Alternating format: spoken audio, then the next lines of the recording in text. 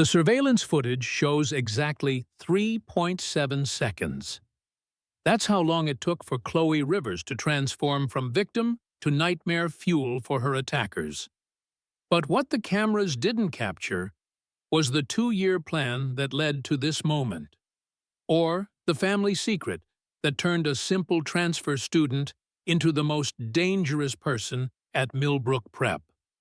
Some scars tell stories nobody wants to hear. The thin white line across Chloe's left wrist wasn't from teenage angst or a cry for attention. It was from a bracelet being ripped off during the worst night of her life. What they did to her should have broken her. Instead, it forged her into something that would make her enemies wish they'd never learned her name. If you've ever felt powerless in a place that was supposed to protect you, this story will hit different.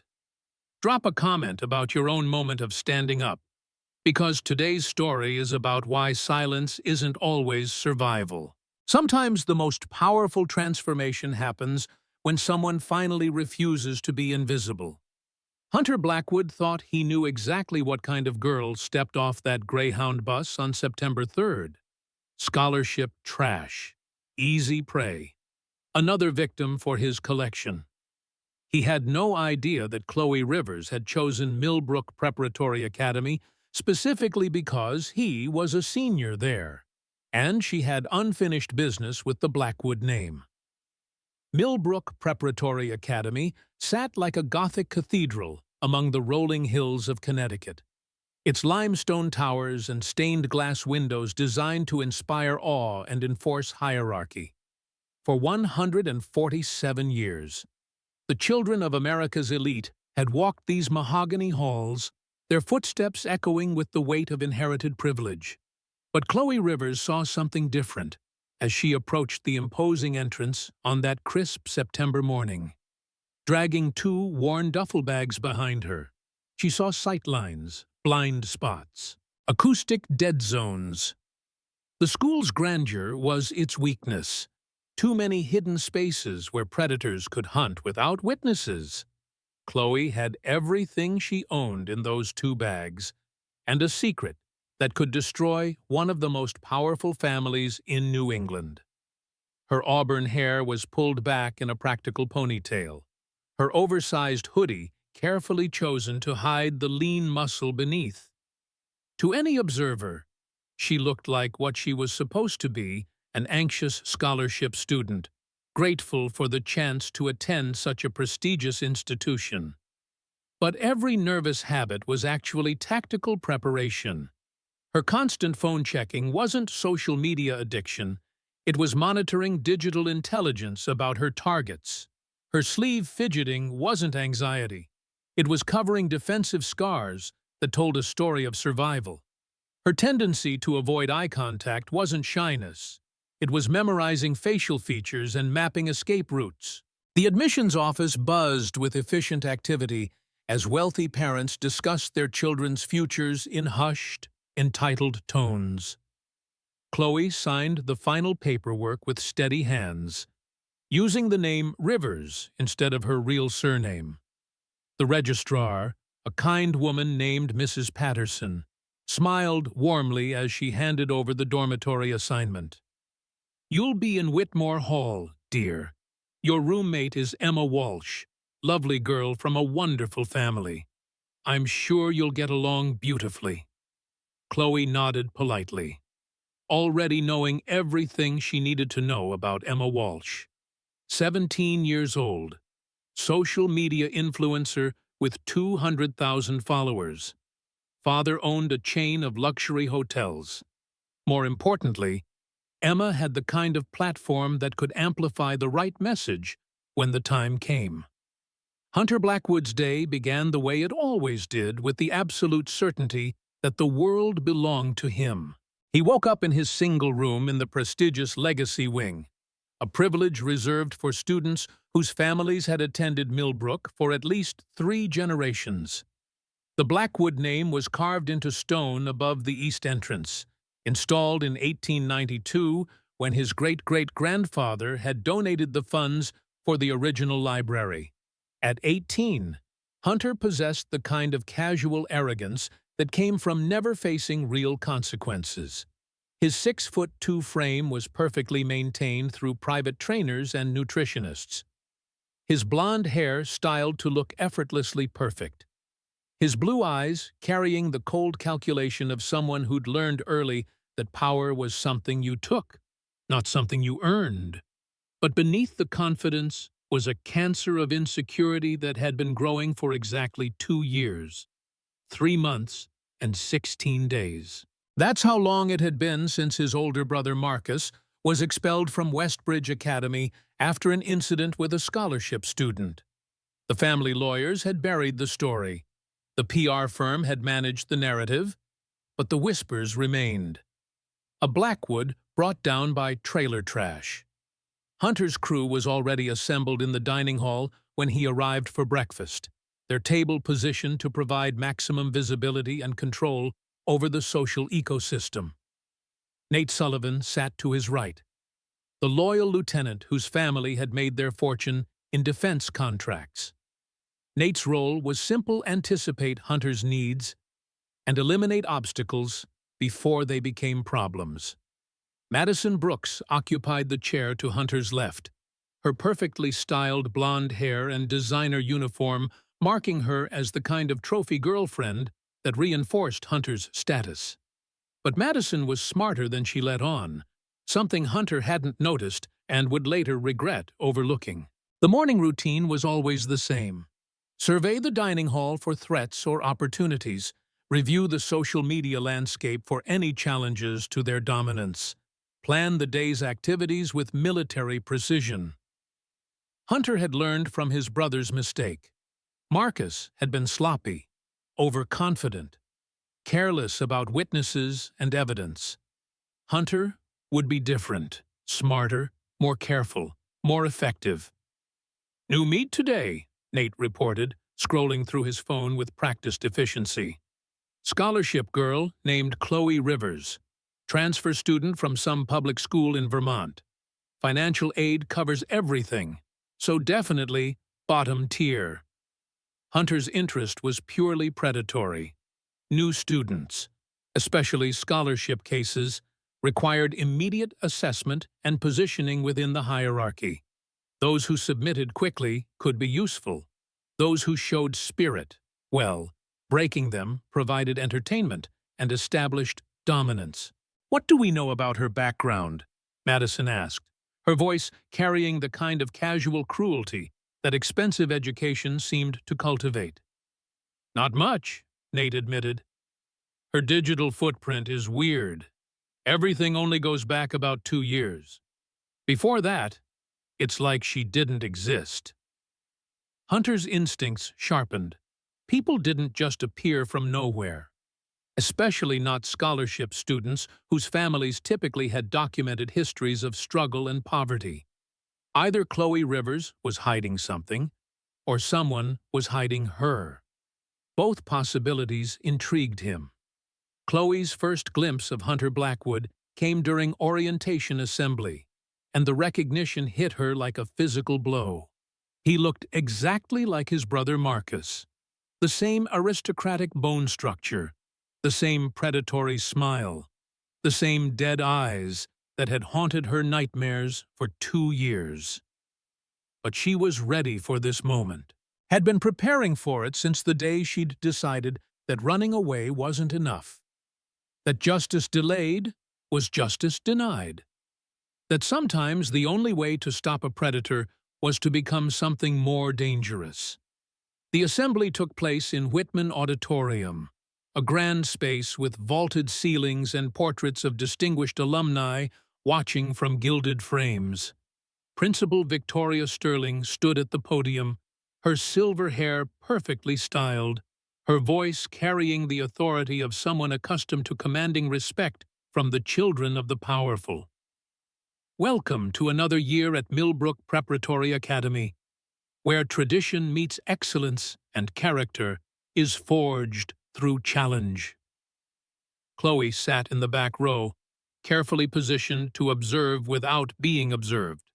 She watched Hunter's table, noting the dynamics, the hierarchy, the way other students either gravitated toward or carefully avoided their orbit.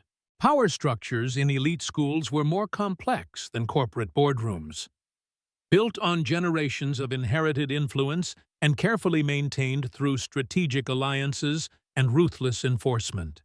Emma Walsh, her assigned roommate, bounced into the seat beside her with the kind of infectious energy that made people want to be her friend. "You must be Chloe. I'm so excited to finally meet you.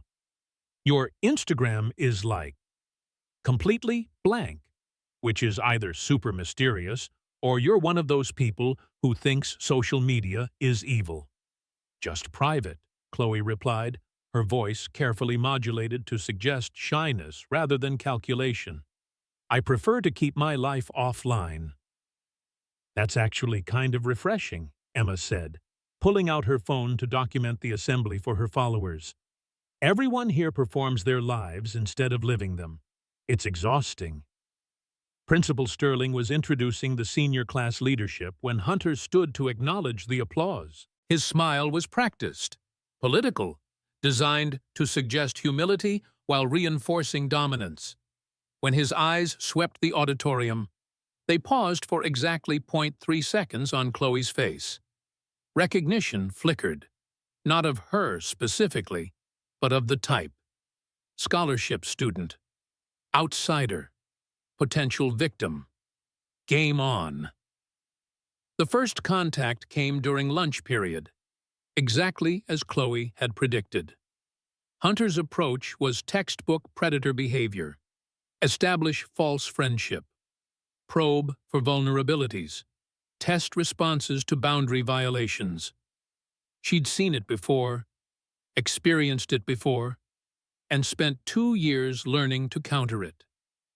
"You must be the new girl everyone's talking about," Hunter said, sliding into the empty chair across from her with practiced casualness. His crew flanked him like a security detail, positioning themselves to control the interaction. "Chloe Rivers," she replied, keeping her voice quiet and deferential. "I don't think anyone's talking about me. I'm pretty forgettable." Somehow I doubt that." Hunter's smile was all teeth and no warmth. "Transfer students are always interesting, especially ones who appear out of nowhere with mysterious backgrounds." The probe was subtle but unmistakable. Hunter had already done preliminary research and found gaps that concerned him. Chloe had expected this, had prepared for it, had built her cover identity specifically to trigger his curiosity while maintaining plausible deniability. "Vermont isn't exactly nowhere," she said with a nervous laugh that was perfectly calculated to suggest vulnerability. "Just quiet. Sometimes people need quiet after difficult situations." The hint was deliberate. Trauma survivors were predictable, their patterns of behavior well documented. Hunter would interpret her carefully controlled responses as evidence of past victimization, which would make her seem like easier prey. "What kind of difficult situations?" Nate asked, his voice carrying false concern that barely masked predatory interest. Chloe's hand moved unconsciously to her wrist, touching the thin scar that was clearly visible below her sleeve. "Family stuff. Nothing dramatic. Just sometimes a fresh start is necessary." The tell was perfect. Physical trauma markers, combined with reluctance to discuss details, created exactly the profile Hunter looked for in his victims. Broken girls who'd already learned that resistance was futile, that authority figures couldn't be trusted, that silence was the price of survival. "Well," Hunter said, standing with theatrical grace, "Milbrook is definitely a place for fresh starts, isn't that right?" Madison. Madison Brooks had been quiet during the exchange, but Chloe noticed she'd been recording discreetly with her phone. That was unexpected, and potentially useful. Trophy girlfriends weren't supposed to document their boyfriend's hunting behavior. "Absolutely," Madison replied, her voice carrying a note that Hunter missed, but Chloe caught immediately. Madison Brooks wasn't as complicit as she appeared. After Hunter's crew departed, Emma slid into the seat beside Chloe with obvious concern. "Girl, you need to be careful around him. Hunter Blackwood is legitimately dangerous.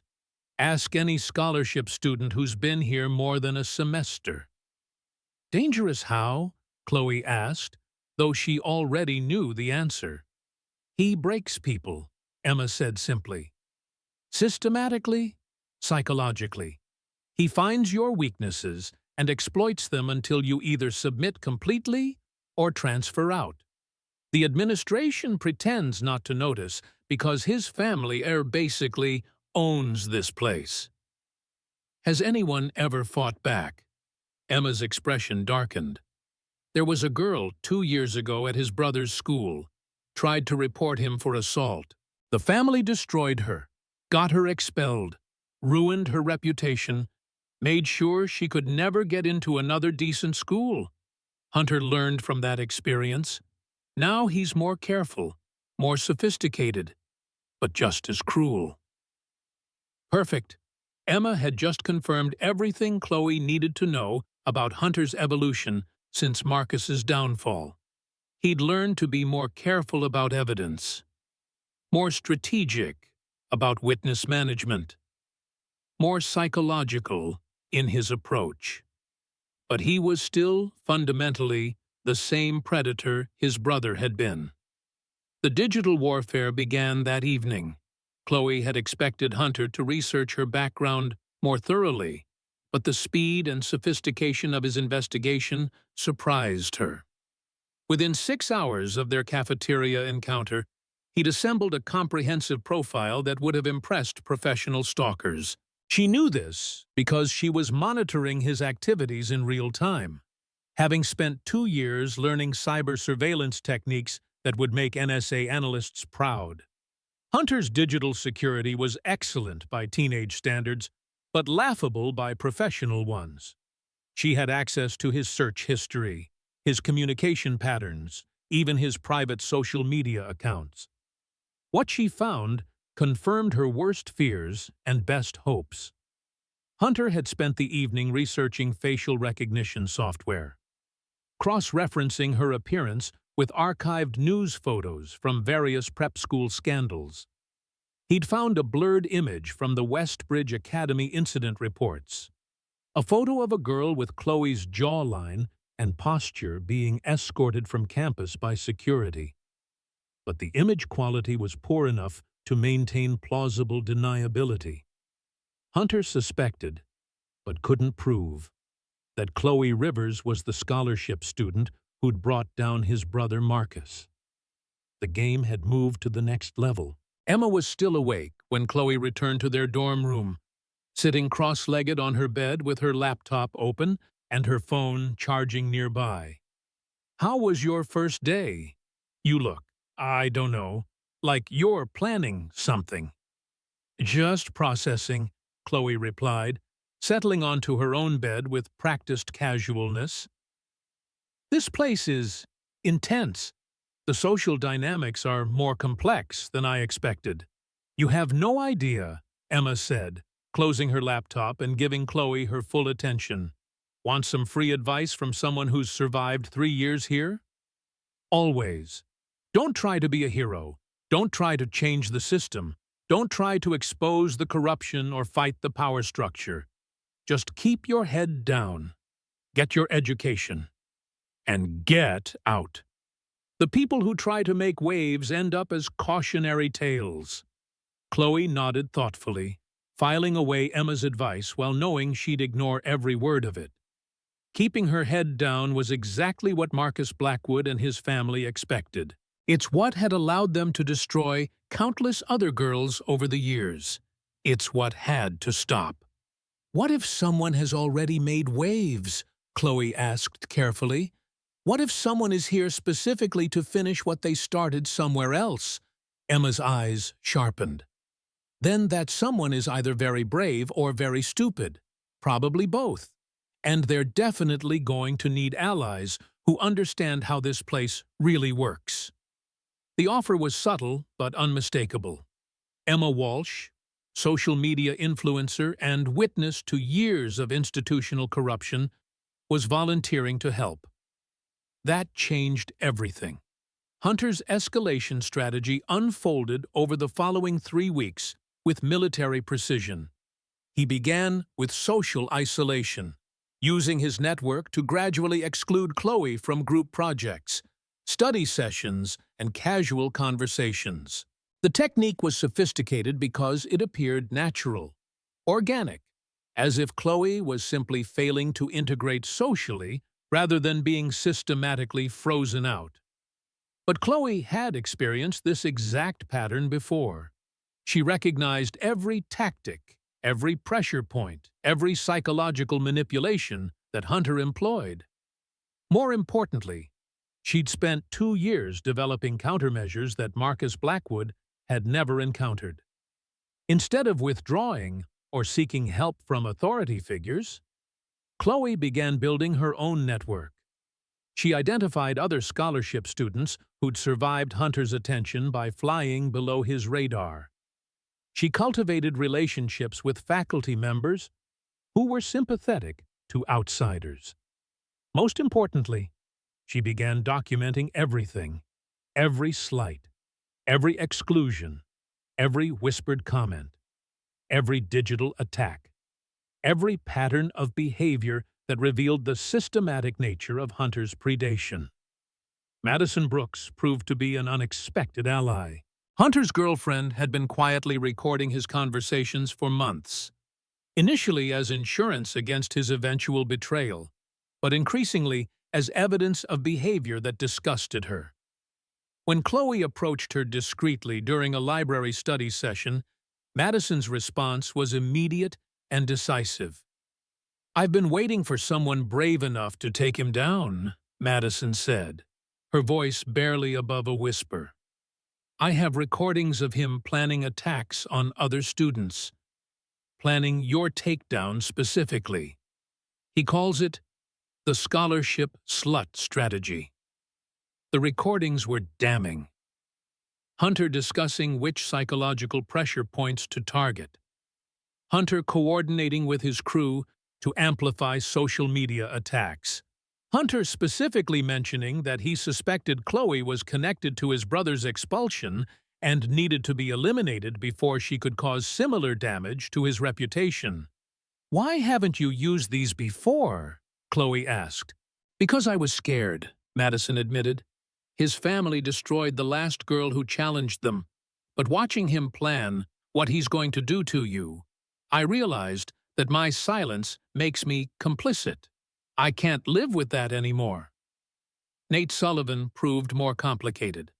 As Hunter's lieutenant, he was privy to the most detailed planning sessions, but his loyalty was based on fear rather than genuine friendship. When Chloe arranged to encounter him privately in the library's rare book section, she found a young man who was clearly struggling with his role as an enabler. "You don't have to be part of this," she told him quietly. "Whatever Hunter is planning, you can choose not to participate." "You don't understand," Nate replied, his voice shaking. "My family's defense contracts depend on maintaining good relationships with families like the Blackwoods. If I cross Hunter, it doesn't just affect me. It affects my parents' business, my sister's college fund, everything. And if you help him destroy another innocent person, how does that affect your ability to look at yourself in the mirror?" The question hung between them like a live wire. Nate Sullivan was clearly a young man at a crossroads, torn between family loyalty and basic human decency.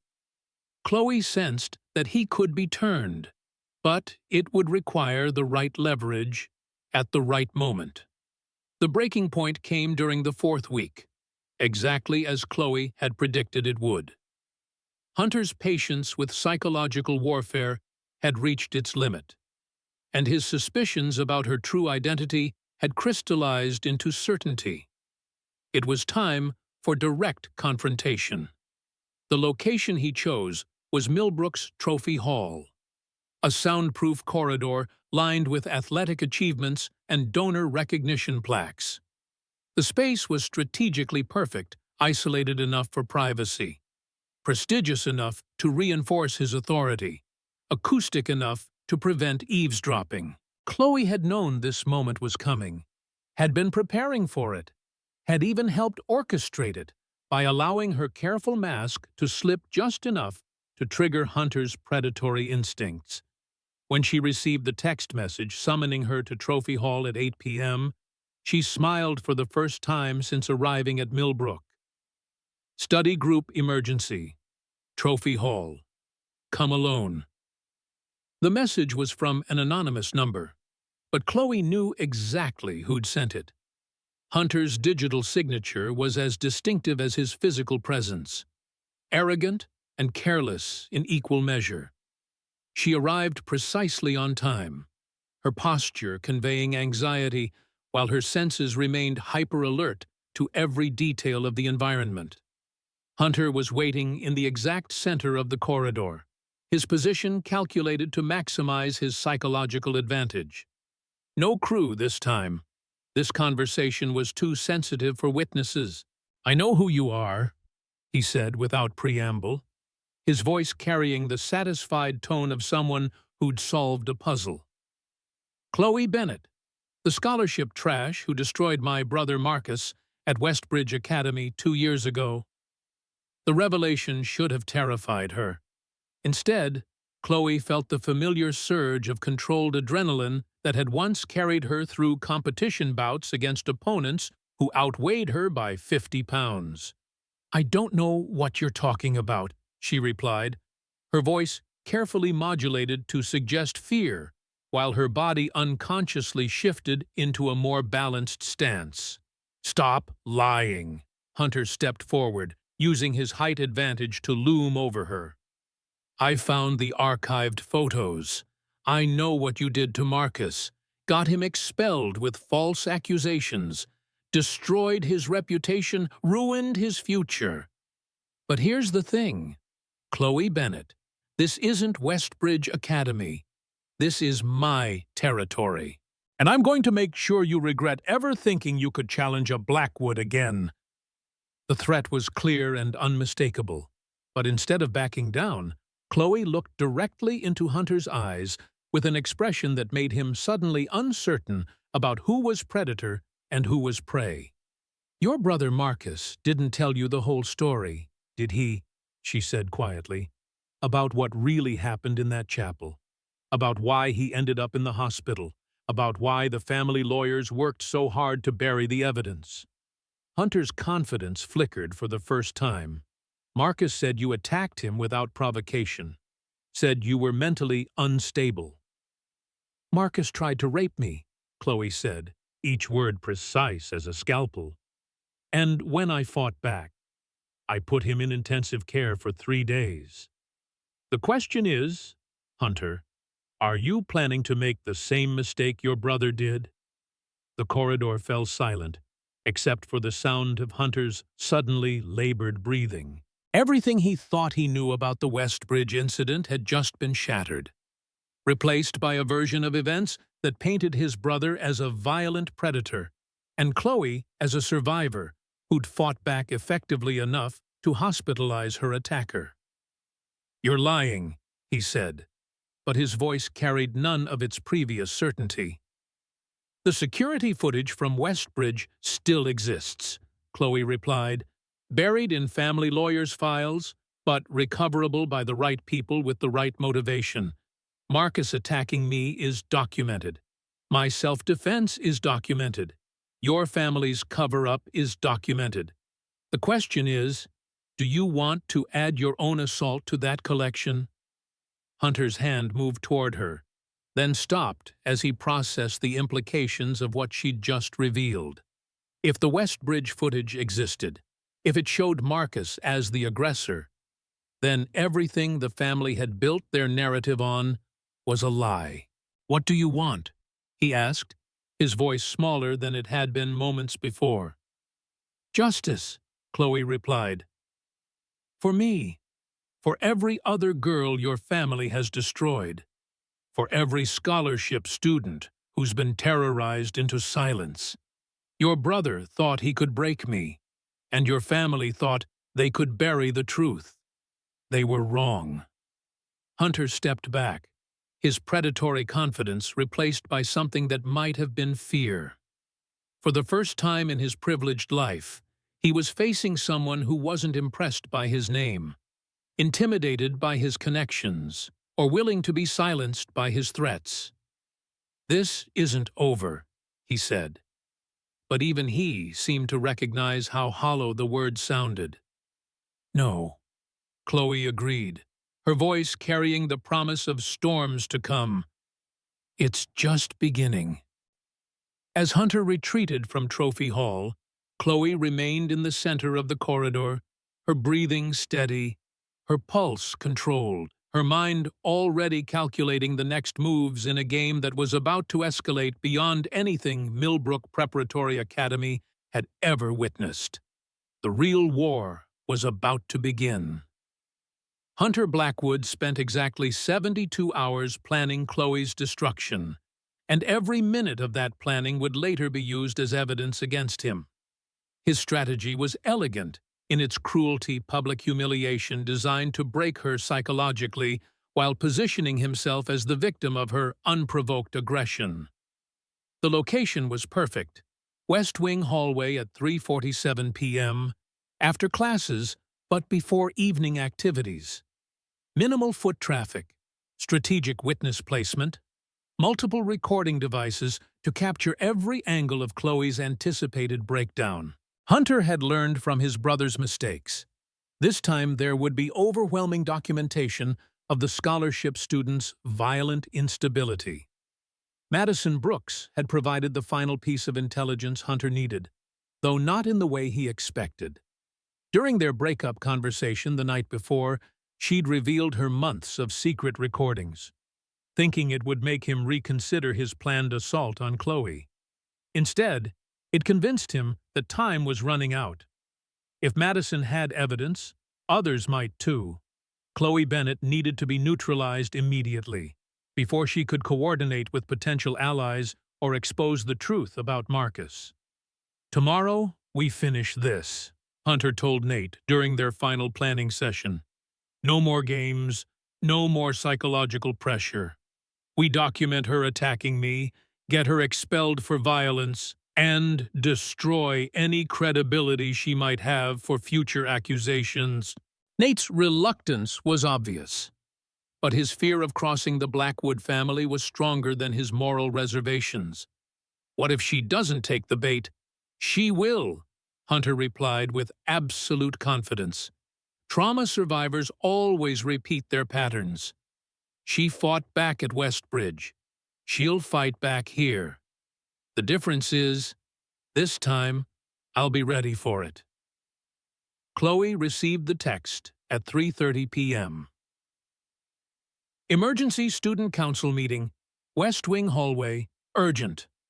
The sender's identity was masked, but the timing was perfect.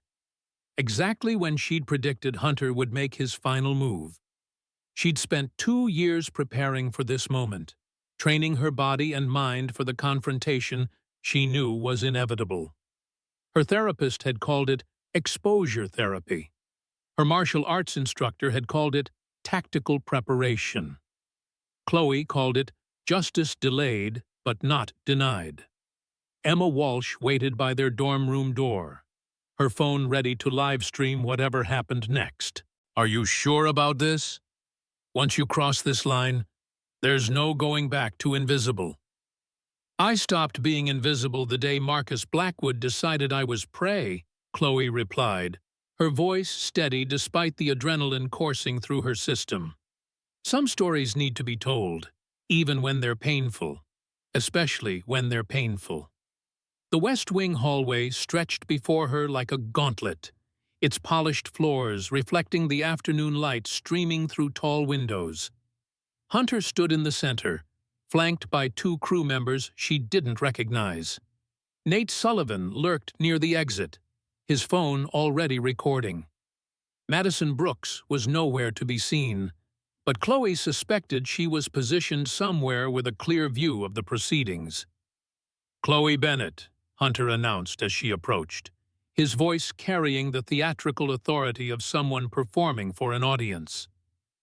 "Time to finish what you started at Westbridge." The formal identification was deliberate, establishing her true identity for the recording while positioning himself as the wronged party seeking justice. Hunter stepped forward, his movements calculated to appear threatening while remaining technically legal.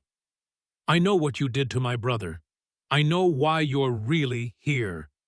And I know you think you can destroy another Blackwood with false accusations and victim theater." Chloe's response was perfectly controlled, her voice carrying just enough tremor to suggest fear, while her body language remained deceptively passive. "I don't know what you're talking about. I'm just here for the student council meeting." "There is no meeting," Hunter snarled, abandoning pretense as his crew moved to block potential escape routes. "Just like there was no assault at Westbridge. Just a scholarship slut who thought she could trade accusations for advantage." The words hung in the air like a declaration of war.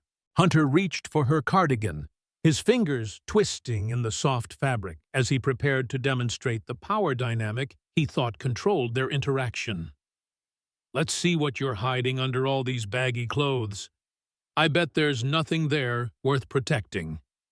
He yanked her cardigan down her shoulders, partially exposing her tank top in a violation calculated to humiliate without constituting serious legal assault.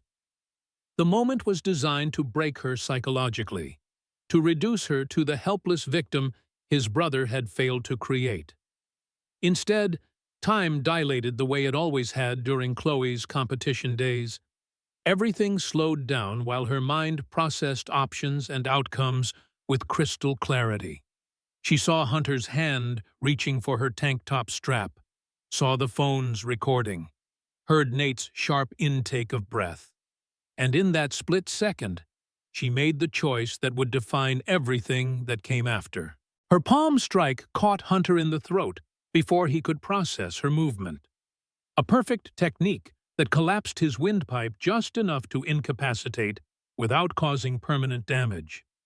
As he doubled over, gasping for air, her knee found his solar plexus with surgical precision. Hunter Blackwood, scion of New England aristocracy and terror of Milbrook Preparatory Academy, crumpled to the polished floor like a broken puppet. The silence that followed was broken only by the sound of expensive shoes backing away from something their owners couldn't process. Chloe straightened her clothes with methodical calm, her breathing steady, her expression serene. "Sometimes when people grab at others," she said conversationally, "they lose their balance." Coach Rick Donovan arrived first, having heard the commotion from his office down the hall. His trained eye took in the scene immediately, Hunter on the floor, Nate's phone capturing everything, two crew members looking like they'd witnessed something beyond their comprehension. "Miss Rivers," he said carefully, "where exactly did you learn to do that?" "Westbridge Academy's self-defense program," Chloe replied. "Very thorough curriculum." Principal Victoria Sterling appeared moments later, her heels clicking with authority as she surveyed the chaos. Instead of immediate disciplinary action, she made a calculated decision that would change everything. "Everyone in my office, now, and bring those phones." The evidence was overwhelming. Hunter's premeditated assault clearly documented from multiple angles. Chloe's restraint obvious in every frame. She could have done much worse, chose not to. The crew's coordination revealing planning and conspiracy that went far beyond typical teenage conflict. But it was Madison Brooks who provided the killing blow. Emerging from her hiding spot near the trophy cases, she produced her phone with hours of recorded conversations, including Hunter's detailed planning sessions and his explicit admission that he'd targeted Chloe because of the Westbridge incident. "I've been documenting his behavior for months," Madison announced, her voice shaking with righteous anger. Every threat, every plan, every admission that he knew exactly who she was and what he intended to do to her. Nate Sullivan's confession came next, his fear of legal consequences finally overriding his loyalty to Hunter. "He made me help plan it. Said we were going to teach the scholarship bitch a lesson she'd never forget. I didn't want to, but he said his family would destroy mine if I didn't cooperate." Hunter, still gasping on the floor, looked around at his crumbling empire with dawning horror. "You can't. You don't understand what you're doing. My family will destroy all of you." "Your family," Principal Sterling said coldly, "has exactly zero influence over federal assault charges, which is what you're facing when the police arrive." The transformation that followed was swift and merciless. Hunter's expulsion from Milbrook was immediate, his arrest on assault and conspiracy charges making national news within hours. The Blackwood family's attempts to contain the damage failed spectacularly when Emma Walsh's live stream of the aftermath went viral, reaching 2 million views before the family's lawyers could even file injunctions. Madison Brooks became an unlikely hero, her recorded evidence inspiring other elite school students to come forward with their own stories of institutional protection for wealthy predators. Her platform evolved from trophy girlfriend to advocate for accountability, proving that courage was contagious when someone finally chose truth over comfort. Nate Sullivan's testimony led to a federal investigation into elite school networks and their systematic protection of sexual predators. His decision to break ranks, despite the cost to his family's business, inspired legislative hearings on privilege and justice in American education. But the most profound transformation belonged to Chloe herself. Standing in Principal Sterling's office, surrounded by evidence of Hunter's planned assault and the community of allies who'd helped expose it, she felt something she hadn't experienced since that night at Westbridge Academy. Safety. Not the false safety of silence and invisibility, but the genuine security that came from standing in truth and refusing to be diminished by those who mistake cruelty for strength. "What happens now?" Principal Sterling asked, her expression mixing concern with professional admiration. "Now," Chloe replied, "we make sure this never happens to anyone else." 1 year later, Chloe Rivers, she'd kept the name as a reminder of her journey, stood in the same West Wing hallway where everything had changed. But the space felt different now, safer, more open. The portraits of dead donors had been joined by photos of scholarship recipients, and the silence that once enabled predators had been replaced by conversations about consent, accountability, and the courage to speak truth to power. As senior class president, Chloe had helped establish student advocacy programs at 12 elite schools across New England. Her story had inspired federal legislation requiring transparency in educational institution disciplinary processes. Most importantly, she'd proven that victims didn't have to remain silent, that justice delayed wasn't always justice denied, and that sometimes the most powerful thing someone could do was refuse to be invisible. Her wrist scar was still there, but she no longer hid it. Instead, she showed it as evidence that survival wasn't about avoiding wounds. It was about healing strong enough to help others. Speaking to a group of new students during orientation, Chloe's final words carried the weight of hard-won wisdom. "Every scar tells a story, but not every story needs to end in silence. If you've ever felt powerless in a place that was supposed to protect you, remember, your voice matters, your truth matters, And sometimes, the most powerful thing you can do is refuse to let someone else's cruelty define your story. The comments below are full of stories from people who found their courage in the most unlikely moments. What was yours? Because every time someone shares their truth, it makes it easier for the next person to find theirs. Some stories need to be told so the scars can heal, not just for the survivor, but for everyone who comes after. But some stories need to be told so the scars can heal. Hunter Blackwood served 18 months in juvenile detention, his appeals exhausted when additional victims from 3 different prep schools came forward with documented evidence. His brother Marcus faced federal charges as part of a broader investigation into elite school assault patterns, the family's legal protection finally proving insufficient against overwhelming testimony. The Blackwood Foundation dissolved within 6 months, its assets redistributed to victims' support organizations and scholarship programs for underprivileged students. The family name, once synonymous with New England aristocracy, became a cautionary tale about the limits of inherited privilege. Madison Brooks founded a nonprofit called Truth Tellers, providing legal and emotional support for students reporting assault at elite institutions. Her platform grew to influence policy at over 100 private schools, proving that sometimes the most powerful allies emerge from unexpected places. Emma Walsh transformed her social media presence into a documentary project called Invisible Voices, amplifying stories of institutional courage and accountability. Her work inspired a generation of young advocates who understood that platforms came with responsibility. Nate Sullivan's testimony led to his family's defense contracts being investigated for corruption, but his choice to prioritize truth over profit earned him respect that money couldn't buy. He became a federal prosecutor specializing in institutional abuse cases.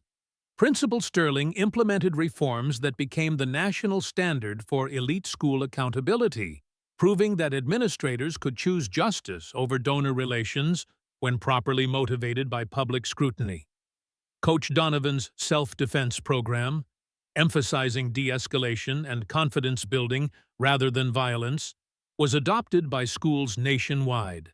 His curriculum taught students that real strength protected others instead of exploiting them.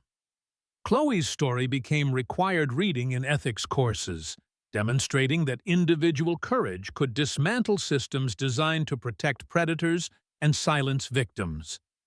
Sometimes justice arrives slowly, but it arrives completely.